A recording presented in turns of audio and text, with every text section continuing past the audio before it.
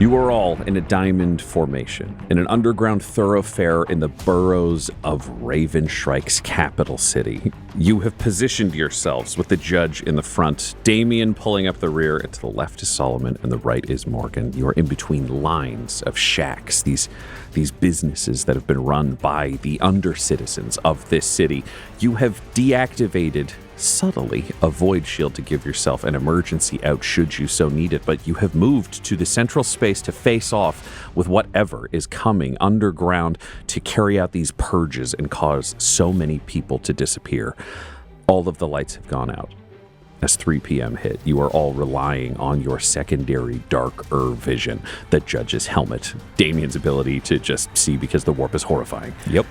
Solomon, he has his augmetic eye that allows him to see in the dark. And Morgan, you are using Romeo, your floating servo skull, to be able to see now that all of the lights have gone out in their entirety. And a wall of screams is racing towards you in this tunnel. You know not why, you know not what you will face. Can you all please roll me initiative?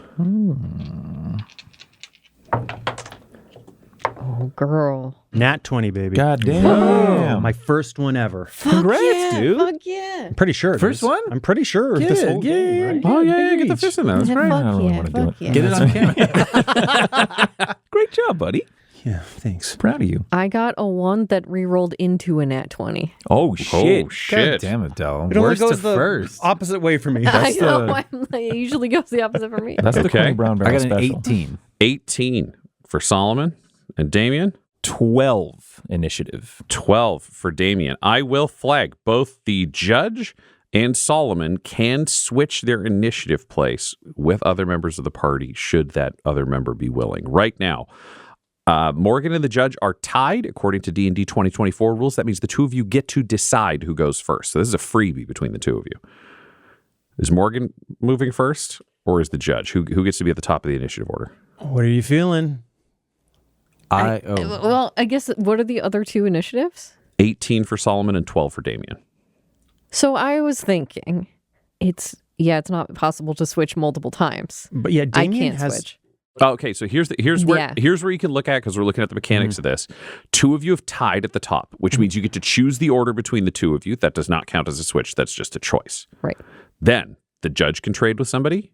Solomon can trade with somebody. The only person who has no ability to affect their initiative without somebody's action is Damien because the warp is terrible, but it allows him to have dark vision.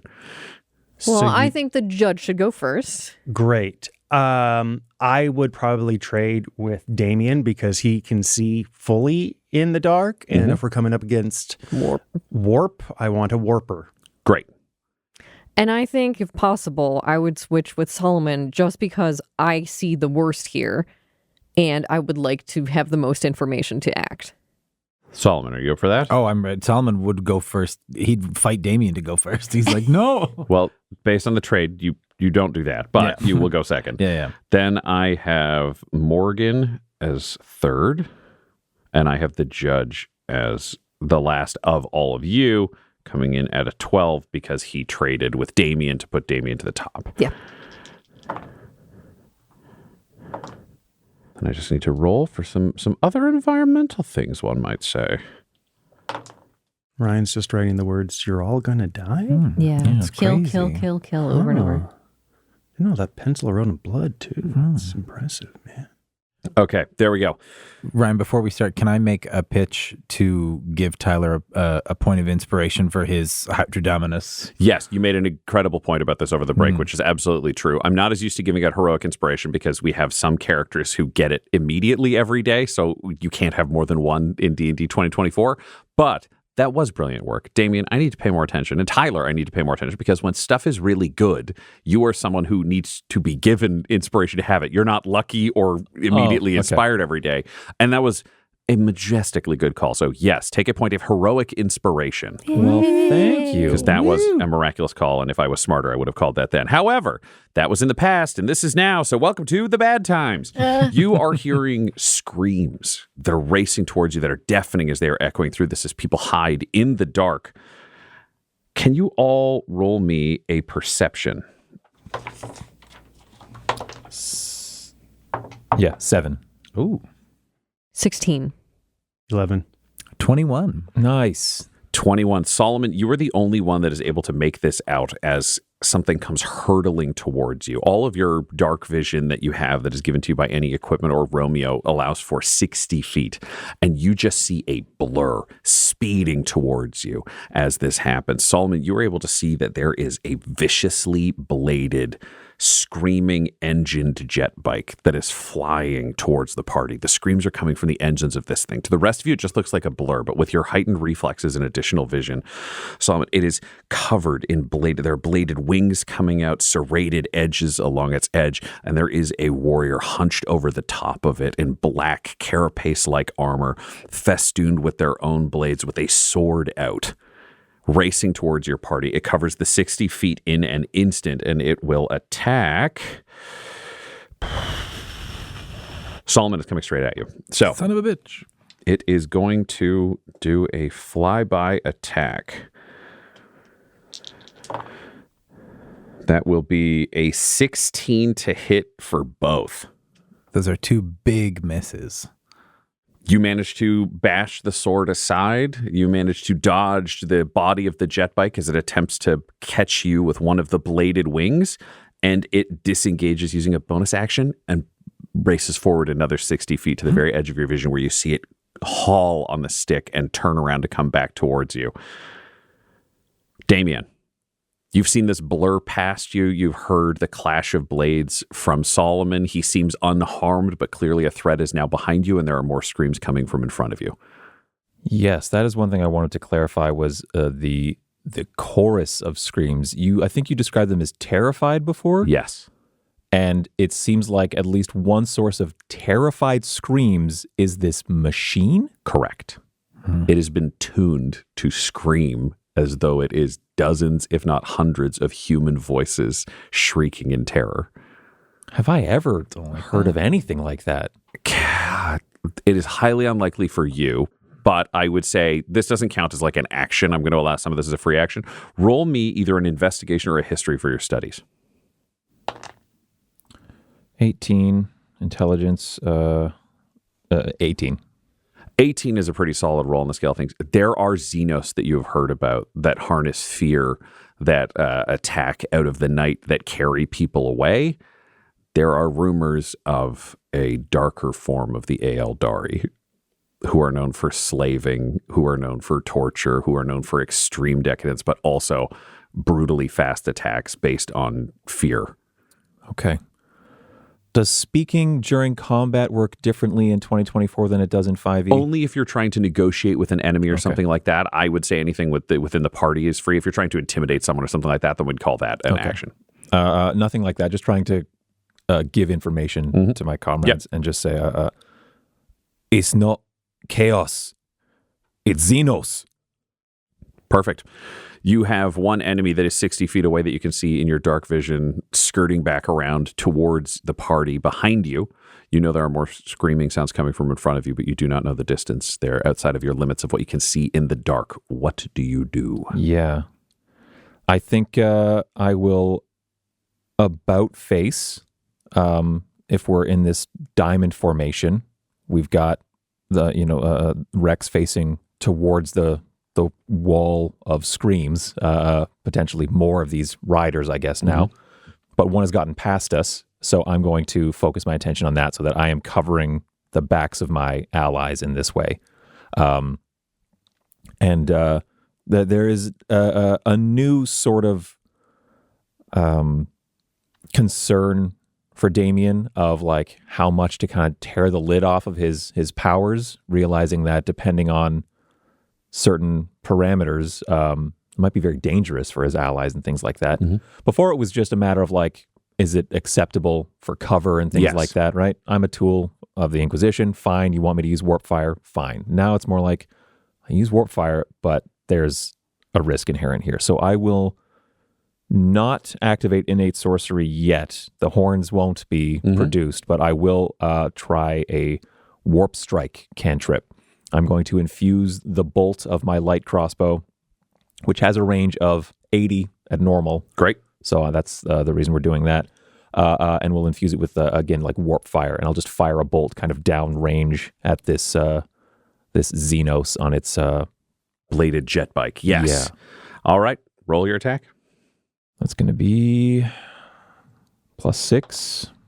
Oh, a 3 + 6 for 9 to hit. 9, you miss. This jet bike is too fast, almost inhumanly fast, blurring with preternatural skill. You're watching it not only turn, but in this high-speed turn, rotate in the air, deactivating the engine and blasting it back again as it spins around, just missing the edges of the nearby shack and swerves back into the line towards you. Okay. Perils of the warp roll, a 19. We're okay. Okay. Is there any other movement or any other shifting you want to do? Right now you're at the back of this diamond. Yeah, I think I need to hold position. It seems like we're still in formation. I've got a bonus action, but no, I think that's my turn. All right, that is Damien's turn. Solomon. In this diamond pattern, how close are we to one another? Are we like quite close, or are we really spread out? I would assume quite close, at least at the beginning, kind of 5 feet from your opposite side. So you have a little bit of room between you, but not enough for like an enemy to get into. You can spread out further should you so wish. No, that's perfect. I think since before we heard the screaming coming down, we were in that pattern. Solomon wasn't really talking because he was just quietly sub-vocalizing a prayer over and over again, repeated. And as everybody was planning and getting ready, and the screaming is coming down. So even when that jet bike whizzed by him, he didn't flinch. He didn't move. He's like, head was down, focusing, and he's going to like throw back his leathers, and he's in the process of saying the Emperor's blessing. So I think at the end he'll sort of look up, and he's bathed in this glowing, radiant light that leaches out to the three of you. And he says, "In the darkness, we must still find the Emperor's light." And all three of you receive the Emperor's blessing. So for the next minute, anytime you make an attack roll or a saving throw, you add a D4 on top of that. So attack rolls and saving throws get a D4 for the next 10 rounds. If combat goes that long, I'm not making any rules on anything. It could go longer, but you've got 10 rounds worth of that. And then he will pull out his gigantic sword, and he is going to be ready. Anything that comes by, he's got a reaction. He's just staring down. The one that went behind him, he sees Damien turn and look and spot on that, so he's just looking straight down, ready to go. Yeah, and you stare down as you yell this as the light blasts out, as warp fire blasts towards this enemy behind you. And out of the darkness, another bike comes screaming towards the party, this time attacking on the opposite flank, which is Morgan. Mm-hmm. Can you roll me a perception, Morgan? I will give you advantage this time because you are aware of what's coming towards you. Damien's looking the other way. Judge, perception with advantage. It's a 21 for Morgan.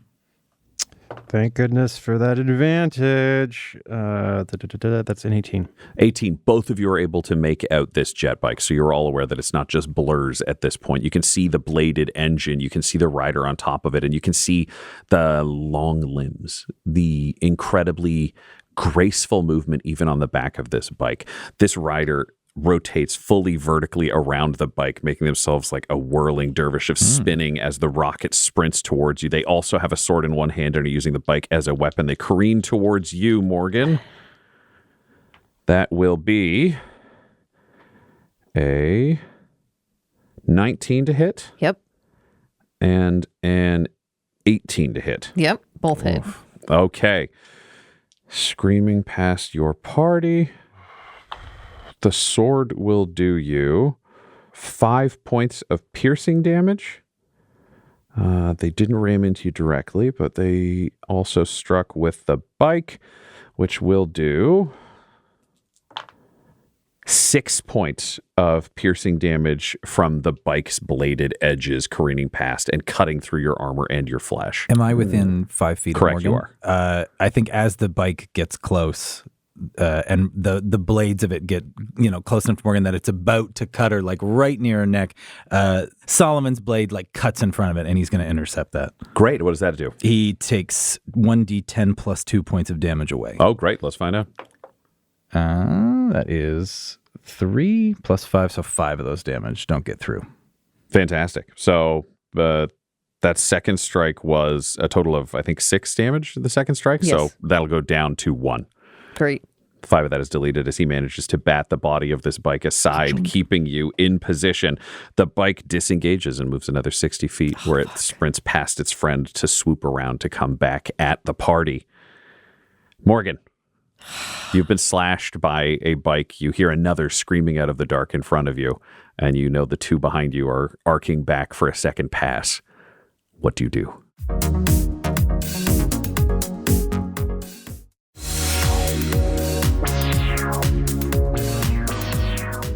There's another one coming out of the dark in front. You can hear screaming in front of you again, which suggests there's more coming. Can I try to aim up and shoot at the screams in the dark? You could hold your action to essentially like ready an action. The moment it appears, you could take your shot. That's, I think, that's the best shot that she has at this point, is she's just going to put her rifle up on her shoulder, aim into the dark, and is waiting for it to show up. Cool. The only question I will ask you with your tactical training is, these things are coming at you with melee weapons. You are standing in the open. You could get between 2 shacks and line up if you wanted to use cover. Or do you want to stand in the open to engage with these things to keep them coming at you? No, I think she's definitely a liability and would be better off having some protection. But then we're leaving Damien standing out there too. Damien, Solomon, and the judge are all standing there. Right. I think she's going to stay for one more round. We're going to just stay with the group. I like that a lot. All right, you have readied your action to take your shot, which is a wise choice as the 3rd bike comes screaming out of the darkness towards you. The moment you see it, you can open fire, take your shot. Great. So does it count on having taken its turn yet? Because that's when my assassinate pops off. For the sake of flavor, I'm going to say no. I'm going to allow this. so You lined up for this nice. shot. You took the hit from the first one, and you didn't move. This is I'm giving you the credit for not moving here, where I think you really were lined up on it coming out of the dark. Great. All right. So then I get advantage on it, and if I hit, magic could happen. So that's 14 plus 6, so that's a dirty 20 to hit. Definitely hits. Plus 1d4. Every attack you make for the next while, you add a d4. There, well, do it. And Light it it's up. plus 1 more to hit, so it's 21 to hit. That will hit. Keep just yay. add it. Don't ever forget that. Thank you. Thank you. Light of the Emperor, baby. The Emperor. So I will be able to do my normal attack plus sneak attack. So that's 9 on the dice, Okay. plus 7 because of my damage modifier plus the assassinate first round. Whew, 9 plus 7 puts us at 16 damage. Yes. Hell yeah. Very nice. Chunk. An attempted headshot. And while Morgan is thinking about this and trying to remember anything in Drukhari that she can to try and tell, like, so dissent or something like that. She's like racking her brain of like, is there something I could say that's like stop or wait that would maybe make them hesitate for a moment? And she's just thinking on that until she can come up with something. Fabulous. Your shot does streak towards this Drukhari in a perfectly lined headshot as it's swirling around, and you actually somehow impossibly see it twist its neck to the side, the last bolt moving past it over the bike, but then catching it through the torso and blowing a hole out the back of this lightly armored warrior where you can see exposed skin and blood spray, but it still streaks towards this group. It will turn away from you, Morgan, into the judge. It was aiming for you originally, but having been shot, it doesn't have as much control despite its general brilliance. It is looking to just bowl the judge over completely with 2 bladed prongs on the front of its bike, leaning forwards with the blade. Those attacks are a 6, so it sure misses with that blade. And it will be a 17. I have my shield, so fuck this thing. It's not making it. Great. So it comes at you. You raise the shield up and knock the jet bike so it flies up and over you towards the ceiling, where it will, because that was a really bad roll, it will eat it and crash into the ceiling, and it will take another 10 points of damage. It is coughing as it continues to move away, now only moving 30 feet further with its attempted escape. How fast is it going, though? Has it slowed somewhat? It has slowed. That 30 feet, normally they were moving 60. So this one is clearly like the engine is blinking, smoke is coming off of it, and it is only 30 feet away Would instead Rex of 60. be able to chase him? Because Rex is actually fast. I mean, you can also move 30 feet, and it's your turn. Yeah, If you want to stay in formation, you can, but look at Rex's movement. Yeah, no. How fast is he? Rex can go 40 feet. Well, then he can get right on this fucking bike. So I would rather hold position and have Rex take care of the injured one. Fabulous. So do I need to roll for that one first? What do you yell? I say, blood ball. I mean, we need to hear it through the helmet. You've got You to are hear wearing it. a helmet. Absolutely. Oh, have to hear it through the absolutely, helmet. absolutely. How dare you? Blood ball. Go sick the injured. Blood Ball does so, sprinting forwards as fast as a jet bike is sprinting past you, manages to catch up to it, leaps over the smoking engine to try to get this driver. Roll an attack for Blood Ball. +4. +4. And Right. if he was, you had 3 people It's that you could 3 choose. specific creatures, yeah. Then 19. 19 will hit. Oh, fuck. Okay. So now you roll the Fuck damage. yeah, It looks blood like, I ball. think, It's, 1d6? Yeah, 1d6 plus 1 piercing. Oh my god. Oh my god. Oh my god. Oh my god. Oh my god. Oh my square. god. You got it. The square. 3. 3 damage. You're going to be knocking it prone. That's what your Cyber Mastiff Hell does. yeah. He ran his 30 feet, leapt onto a jet bike, bit the rider, and managed to haul them off the bike onto the ground, where his chain blade teeth are closing in on them as this rider desperately tries to hold his head back, having already been bitten once. And the bike careens into the side, plows through 4 different stalls, and explodes against the wall. Awesome. Okay. Judge, it's your turn now. Okay. Thank you. So what am I seeing now? The 2 were behind us now? All 3 are now behind you. One is a rider on the ground with Blood Ball on top, and there are 2 bikes that are turning back around to make another run at your group. Cool. Protect the group. Blood Ball's got it on lock. So I'm going to swivel 180 with my shield still in place. I'm going to yell out, reverse formation! And I'm going to just walk straight forward. Great. Then I'm going to hold in place once I'm beyond my Kind of party. putting yourself in front of Damien, who is the original back of Exactly. the group. Great. I want to shoot at the tires of this bike. I mean, they're jet bikes, so they're in the they're air. jet But you can bikes, still take your right. shot, which I love. So the range is 60 feet. Your shotgun has a range of 40/120, meaning if you are within 40 feet of your target, you're firing normally. If they are further than 40 feet away, you are firing with disadvantage. However, you do have 30 feet of movement, and they're 60 feet away. So if you wanted to advance beyond your traditional diamond and get yourself 40 feet away from them, you could fire your shotgun normally. Let's do it to it. I'm doing that 40 feet. Fabulous. He moves 20 feet forwards. You're 40 feet from both of these bikes. Take your shot. Oh, again. Okay, 19. 19. That will hit. Roll your damage. Stop forgetting your D4s. You all get D4s too. The Emperor's light Thank you surrounds so all much, of you. Emperor. I swear to God. Thank you. I worked so hard to cook up this Emperor's Light, and if you guys don't use it, Okay, that's great. That's going to be 11 piercing, and the effect is slow. So on hit, their speed is reduced by 10 feet until the next turn. Oh, that is spicy. That is a wise choice on the melee bikes, I will tell you. Okay, so that was 11 points of damage, which takes, okay, great. And it's minus 10 feet. Incredible. Okay. Crafty. Judge, is there anything else you want to do? I believe that's your turn, but I wanted to check because you do have this thing called Action Surge that you can do sometimes, but I'm not saying you need to do it now. I know I have Action Surge. I guess You can save it if you want. I'm not pressuring you. I'm just going to remind you of abilities that exist when I remember them. our party's still in decent shape. Correct. I'm going to hold it for now. Great. Alrighty. Then we cut back to the bike that has been slowed, which is going to race towards you, Judge, because it's 60 feet away from your companions and now only has 50 feet of movement. Josh. That is a 12 for the bike itself to try to strike you, which will not work, but the blade is a 24. oh my goodness, Damn. spicy. That hits. Yep, that is that sweet Drukari blade business. That will do 10 points of piercing damage as the blade darts past your shield in and across your stomach, just opening a thick line through the side of you where blood sprays out. The bike is going to disengage and blast back 50 feet. It can't race past your party without chances for opportunity attacks because it already would have disengaged with you. So it's just circling back. Then we have Damien. I'm now at the...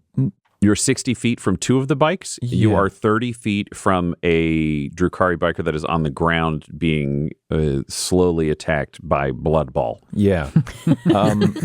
So I was facing behind the group, and then the judge The judge is 20 feet in front of you. in front of me. So if I am about face again, Solomon and Morgan are that way. Yes. A ways, kind of on either side of me. Do I hear more screaming in the distance? You do not hear more screaming in the distance, at least not at the velocity of these bikes. It sounds like this is the advanced party. So am I counting correctly that there's 4? 3. There's 3. Okay. 2 bikes still active. One that is downed is just a rider that's being torn apart by Blood Ball. Okay. Let's try and get more of these guys off their bikes, I guess. There is one that is damaged. That's the one that's been shot that just Yeah. kind of sped towards the judge and back again. If you're looking for one that's slightly more damaged than the other is pristine at this point. Let's go for the one that's being mauled by Blood Bowl. Great. If it's within 30 feet, I can walk Correct. to it. Oh, yeah. Yeah. I'll break formation and go over to that one, and I will attempt to deliver a warp-empowered sickle blow. Yeah. Fantastic. Roll your attack. You will have advantage. And you And have I a will roll D4 a that you get to add D4. to it. There it is. If you didn't do it, I was going to say I'm never casting that again. You guys don't get blessings. 17 plus 2 on the D4 for 19 plus 6 to hit for Yes, you hit 25. with a 25. Okay, great. Thanks, Josh. Yeah. Saving the day. Seriously, like. The Emperor's. Okay, so that's going to be 1d4 plus 4 fire, warp fire. So 1 plus 4 for 5 fire damage. Tell me how you use your sickle to kill this Drukhari on the ground. Well, let's do a quick little perils of the warp check. We're good. I think it's just, we're in the middle of a fight, so it's not like a cool, like striding over or anything. Like shit is going down, but he like runs over, just drops the light crossbow out of his hands because it is still slung around his torso, so it just falls and kind of hangs at his side. And it's just one hand goes behind his back while he's still running up on this scene, and then he's illuminated from the back from some light source, and it turns out the light source is a warp fire engulfed sickle that he brings low as he's running, and just kind of like a tennis player running to meet a shot that is about to come low into the ground, and just low swing underhand, hook that head, and just follow through. That head comes off in a spray of warp fire, and you feel a scream through the warp as a psyker. You feel a nightmarish dissolution, not of yourself, but of the fact that this creature dying unleashes a tremendous amount of hate and is torn immediately into the warp. I think that's extremely jarring. This I think would be Damien's first experience with Xenos Yes. in any like meaningful way, other than like hearing or reading about it in like the most obscure kind of contexts. Yeah, and seeing this in the full light, you're seeing a form that is nearly 6.5, 7 feet tall, comparable to yourself, slender to an unnatural degree. Even the movements as it moved and fought were so graceful and supernaturally smooth. There is an element of beauty to it, but it's been perverted. There are blades along this way. You're looking at an armor that flexes and moves. It is light. Parts of the skin are exposed, kind of the perfectly aesthetic body underneath that is disturbingly inhuman in its perfection. There's something just wrong about the Xenos. It's the first time that you would have seen and felt it. Like that instinctive shudder that you always imagined you would have, you do. Okay. Ooh, yeah. And then just over the combi, confirmed it's Xenos. And he's turning back to, he's gone like full like movement mechanically, but he's turning back to get back to the group and get back into formation after kind of picking off this straggler. Super.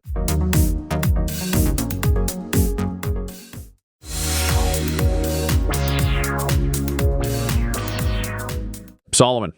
Who's still in formation? Anybody? You are there with Morgan within 5 feet of you. 20 feet ahead is the judge. 30 feet ahead of you, 10 feet ahead of the judge is Bloodball and your friend Damien, who just killed the Drukhari on the ground.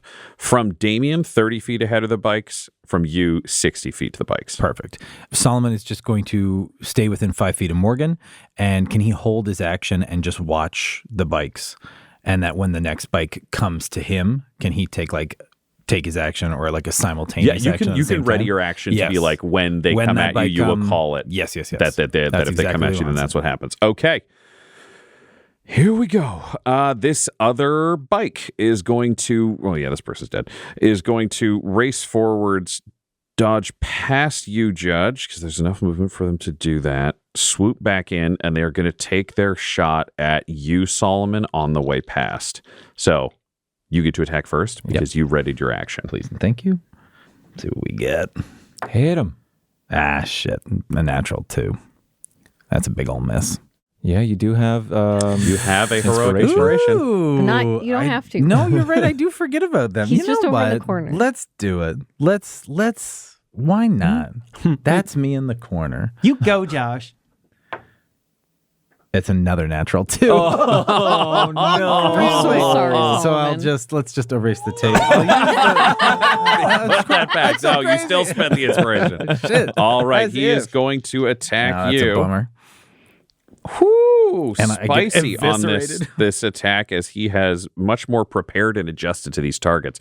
You saw earlier there was a reckless abandon to these strikes as these bikes careened past you, but they were not expecting serious resistance. They were expecting citizens underground. Seeing them turn back, it's like watching a bird of prey. It's still lightning fast, but it's so much more careful in the way that it moves, dodging aside with your blades and striking with its own.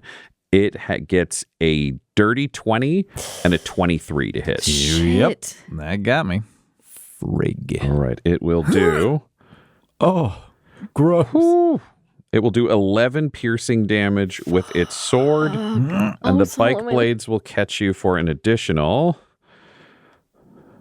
6. Yikes. For a total of 17 piercing damage as its blade strikes out past your guard and you catch the serrated wings and edges of this engine as it strikes at you. And then it is going to disengage and blast another 60 feet away past you back towards the distance. Can I use my bonus action in that same, What is your bonus action allow you to do? I'm going to lay on hands and heal myself? No, the bonus No? action, because it was not readied. Oh, okay. Technically, this falls into ready/reaction territory, I think. Let me double check for you. I The don't know. bonus action would be on your turn. This is the Drukhari's turn. Yeah. So in D&D 2024, readying is preparing to take an action in response to a trigger you defined. So you didn't ready your lay on hands. I don't even know if you can ready a bonus action. Sure. What we can say, because I think it's actually a reasonable thing to do if you're giving up a bonus action, it just has to be a definitive in future where you're like, I'm going to attack and I will ready to lay on hands if I am injured, but you don't know how injured you'll be. So it's like you take 1 HP, you lay on hands. You do whatever, you lay on hands. So if we're going to It's okay. I no, don't mind, let me yeah. have this. If we're going to allow this as a house rule, and I think that's reasonable for a ready, we didn't discuss this in advance. So I would say let's roll a d6 on a 4 or higher. You can do that this time. Otherwise, it'll just be a house rule for future. A 4. Congratulations, you can lay on hands right now. So you see Solomon get eviscerated. Yeah. And realize how bad it is. And then he just reaches down and touches himself and it all just knits right back up. And he has recovered 15 points of damage. Ooh. Incredible. So you take a total of 2 from this horrific exchange with a jet bike that blasts off into the distance. Morgan, one bike is 60 feet away and is not turning around. The one that is heading back towards the original direction that they came from. The other bike behind you is also 60 feet away, but between you and it are Damien and Bloodball. It keeps getting mispronounced, and even I'm doing it now. Bloodball and the judge. I would like to sight up on the bike that's still amidst our people, the one that hasn't ran away, basically, into the darkness again. That makes sense to me. And sighting up on that one, seeing fucking Solomon just stand stalwart, heal himself.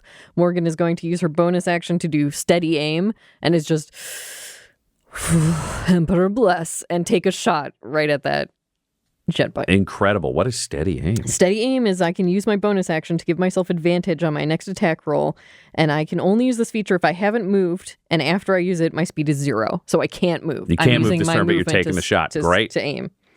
Very and cool. I got my D4. Thank you. Nat 20. Hell All yeah. right. Roll the damage. Jesus The fucking Emperor. Christ, Morgan. You made yourself immune to ones Yeah. and all your roller 20s. This dice should be a coin flip for this character, but you got around it. Is. You want to give me another D6? There you go. Boink. So that's my sneak attack plus my normal attack. So it'll be this 66 plus 4. plus 4. All right. Excellent. Call the meat wagon. Nice. Beautiful. So it's... Hold on, can you math for me, Josh? 12. Looks like and 23. 18, 23. Plus 4. 27. 27 damage. You didn't make your headshot before, but this sputtering bike in the distance as it cranks around is immediately stopped as a last bolt shooting out of your long last punches through the throat of the rider, who revs it one last time, and it cranks forwards through 2 stalls and explodes against the wall. There are 2 burning jet bikes present. Both of their riders are dead. Judge, there is one bike currently heading away from your party. It is 80 feet from you. What do you do? Is it coming back? It is not turning around currently. You have 30 feet of movement, so you could get within 50 feet of it if you wanted to take a parting shot. You know what? Yeah, let's do it. I'm like, hey, come back here. You haven't met the swift hand of justice. And then I'm going to rush forward, pull out my auto pistol after tucking away my shotgun. And I'm going to line up a shot. I'm going to brace my arm with my shield as best I can. And who knows? Maybe that gives me advantage somehow for this shot. Well, maybe. It doesn't, but maybe. Yeah. This would. You could spend that if Yeah, you you want. have you go. a point of inspiration. I'm going to use a point of inspiration. Why don't you roll to see if you hit Why don't you first? wait and see if you hit first? Yeah, Also, yeah. what's the range on your pistol? It's a hand crossbow. I have that now, so that's 40. 40... 120. 4120. So I'm making it 4120. It is 50 feet away. The auto pistol has a kind of short range of 40, meaning you will be firing with disadvantage. But you will be rolling disadvantage plus 1d4 because you are attacking with the power of the Emperor. Add a d4. Okay. Yeah, on tip, I wanted to know that Guy hates the Emperor, and so does the judge. He refuses his gifts. Okay, that sucks. That is 8. 8 8. total. You miss. Darn. But you took your shot, which is admirable. And the... Thanks, Dad. Yeah, that bike's dead. That bike's dead. He's doing great. Damien, you've seen the judge try to dish out sweet, sweet vengeance in the distance. When we come back to the top, 2 of the bikes are down. You have a bike that is 90 feet from you that is heading away. Okay. Damien will say, it's going back to report to the others. And he's gonna run his full 30 feet of movement, putting him 60 feet away from this thing. Yep. And cast ectoplasm at maximum range, 60 feet. And just completely remove friction across the ground underneath this. But it's a hovering bike. Well, it's ectoplasm, though, so you can alter reality around it. Okay, so it liquefies the ground, Giving it that beneath ice quality, yeah, where it's trying to fly an it's anti-grav bike thrusting over against, water. Yeah, it's thrusting against something that's not pushing back, so it's just actually just blowing, like pudding around. It's like Yeah, not- it immediately yeah. starts juttering up Yeah. and down as the rider tries to stay on. There needs to be a dex save, which I'm sure Let's find out. Drukhari is exceptionally good at. You know what? Innate sorcery? No. We gotta be conservative because I only got so much magic in me.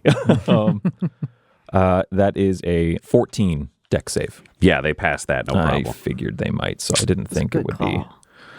worth expending too many more resources. It is a 10-foot square. And it is difficult terrain. So movement is doubled while it is there, but it does not fall prone. When the ectoplasm appears, each creature standing in its area must succeed on a saving throw or have the prone condition. A creature that enters the area or starts its turn there must also succeed on a save or fall prone. Okay, that's interesting to know right there. Yeah, the ride is not over. You have a bucking bronco of a Drukhari jet bike shuddering over a lake that you made impossibly on the ground. Yeah.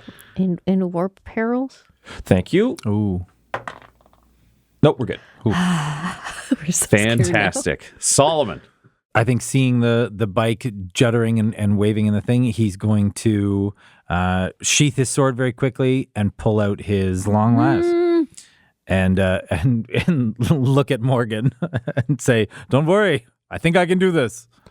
Do you get to add a D4 to your attack? Oh no, he gives the Emperor's people. blessing away. Okay, he doesn't got give it. it to himself. Oh, That is a dirty 20. that will hit. Ooh, he sniped him. Sniper team in the middle of this. That is a D12 worth of damage. So let's see what he got. A single point of damage. Son of a A bitch. single point of damage. I mean, it would have been a perfect shot right through the rear engine of this bike if the bike wasn't going just horrifically bouncing up and down over impossible floor water. But it does take its point of damage. The bike is going to blast forwards if it fucking can. 14. It passes. Aw. The rider manages to stay on, and the bike disappears into the darkness again as the screaming recedes. Can you all roll me a perception? I roll another nat God 20. damn. I don't know how. This is a different dice than last time, too. Fantastic. I don't know what's going on. Then we're going to start taking some dice out of your thing. You play different ones. Like, the other dice rolled bad. I got rid of them. I have all these dice that only roll 20s I got off the internet. That's crazy. But this screaming recedes into the distance. You find yourselves battered by this advance guard that was racing through, intending to attack stalls and the Imperium's innocent and loyal heart under this city. And all of you have this moment of collecting yourselves, and it's only you, Morgan. Only you who has experienced so much tunnel fighting, who has experienced so much. You realize the screams haven't entirely receded, because it's not just the bikes that were screaming. There are people screaming in the distance. The Drukhari are here, and they're coming to take their due. This episode of Agents of the Inquisition features the voices of Del Borovic, Guy Bradford, Josh Halbert, and Tyler Hewitt, alongside Dungeon Master Ryan LaPlante. This episode was edited and mixed by Laura Hamstra, and Agents of the Inquisition's artwork was created by Del Borovic. Our theme song is The Hordes by Megan McDuffie, and our ad breaks use the tracks No Control and Chiefs by Jazzar, whose music was provided by freemusicarchive.org. For all things Dum-Dums and Dice, including merchandise, you can visit dumdumdice.com or find us on social media at dumdumdice. If you want to support the show or get an ad-free version, go to dumdumdice.com/join. That's dumbdice.com/join. Again, that's dumdumdice.com/join. Though the team is working under special condition, this podcast isn't. So tell your friends about Agents of the Inquisition and join us next episode. Rabute Gilliman himself commands it.